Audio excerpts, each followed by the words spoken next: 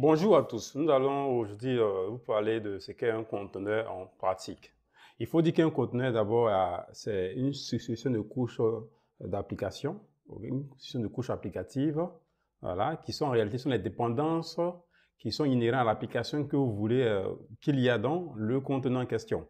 Si par exemple vous voulez une image ou un conteneur RabbitMQ, ok, il sera constitué de plusieurs couches applicatives qui sont en réalité les différentes dépendances dont l'application a besoin pour pouvoir fonctionner véritablement dans ce conteneur. Okay? Et la plupart du temps, la base en fait de l'image est constituée d'un noyau Linux qui est Alpine. Okay? Donc, pour retenir qu'un conteneur est constitué d'un ensemble de couches applicatives en fait, qui sont les dépendances de l'application qui est liée à ce conteneur. Okay? Donc, nous allons aller sans plus tarder à la phase pratique. Nous allons vous montrer ce qu'est un conteneur en pratique, comment le télécharger et à quoi il ressemble. Et à quoi ressemblent ces différentes couches applicatives. Très bien. Donc là, nous sommes sur notre environnement. Si je fais Docker PS, là, je vois qu'il n'y a aucune image. OK.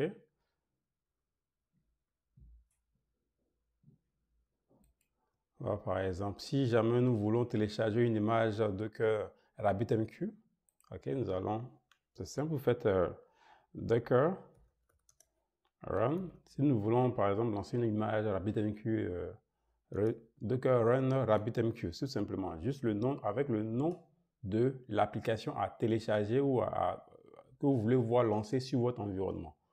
RabbitMQ, tout simplement. Et vous voyez, vous voyez ces différentes couches, ok? C'est en réalité en fait les différentes couches que constitue l'application RabbitMQ. Donc ces différentes couches seront téléchargées l'une après l'autre.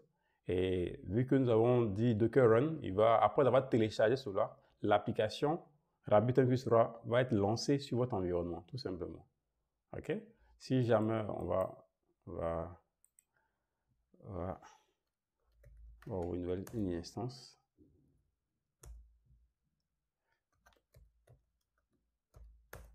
Donc là, si je fais Docker PS,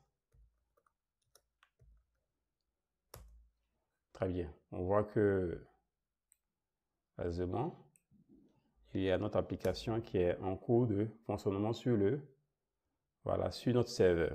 Okay? Vous pouvez télécharger une autre version de RabbitMQ. Vous n'êtes pas limité à cela. Par exemple, si je veux, partons sur notre Docker Hub. On va aller. Voilà, on va sur Docker Hub. Comme vous le voyez, il y a plusieurs versions de RabbitMQ qui existent sur Docker Hub. La version 3.9, la version 3.8, la version ainsi de suite. Donc, si jamais je veux télécharger la version 3.8.22 par exemple, je n'ai qu'à faire ceci, Docker. Je vais télécharger, lancer en fait Run RabbitMQ 2.3.8. OK? Je vais la 3.8.22. Très bien. Regardez ce qui va se passer. Comme vous le voyez, already exist, cela signifie qu'il y a déjà des dépendances qui existent sur le serveur. OK? Already exist. Par contre, celles qui n'existent pas seront téléchargées de nouveau. Et à partir de ce moment, l'application, les deux instances applicatives vont cohabiter sur le même serveur. OK? Vous avez deux instances de RabbitMQ qui existent, qui cohabitent sur le même serveur. Donc, on va vous montrer. Voilà. Donc, si je fais là maintenant, je fais Docker PS.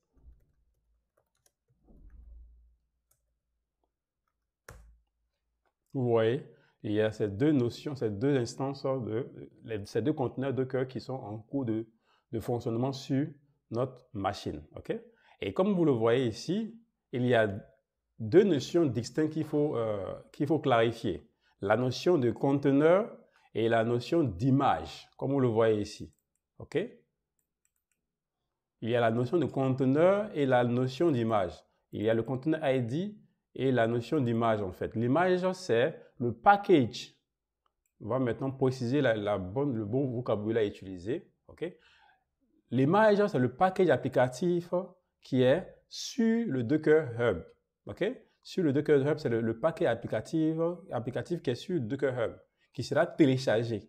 Et il devient conteneur que lorsque ce package-là est en état de fonctionnement, est running. Okay? Lorsqu'il y a une instance de ce package qui est créé sur votre serveur, à partir de ce moment, ça devient un conteneur. Okay? Donc, il y a l'image qui est le paquet applicatif qui est sur notre Docker Hub, sur notre registry, okay? Sur le registre public ou privé. Ça, c'est l'image. Okay? L'image ne devient conteneur que lorsque vous le démarrez et qu'il y a une nouvelle instance applicative qui est en cours de fonctionnement sur votre serveur. À partir de ce moment, c'est un conteneur. OK? Donc, voici maintenant, il va falloir ne plus faire d'amalgame sur la notion de conteneur ainsi que sur la notion d'image. OK? Donc, l'image, c'est le paquet applicatif qui a été constitué, qui est sur notre registre public ou privé. Et le conteneur, c'est lorsque cette image-là est en cours de fonctionnement. Donc, c'est le paquet applicatif, OK? Par exemple, ici, avec l'ensemble des dépendances possibles qui a été uploadé sur notre registre public ou privé, OK? Ensuite, il ne devient conteneur que lorsque cette image, OK, ce paquet applicatif est en cours de fonctionnement sur notre serveur, OK? C'est que lorsqu'il est en cours de fonctionnement qu'il devient conteneur. Très bien. Donc, merci bien à tous pour d'avoir suivi cette séance. À la prochaine session. Merci.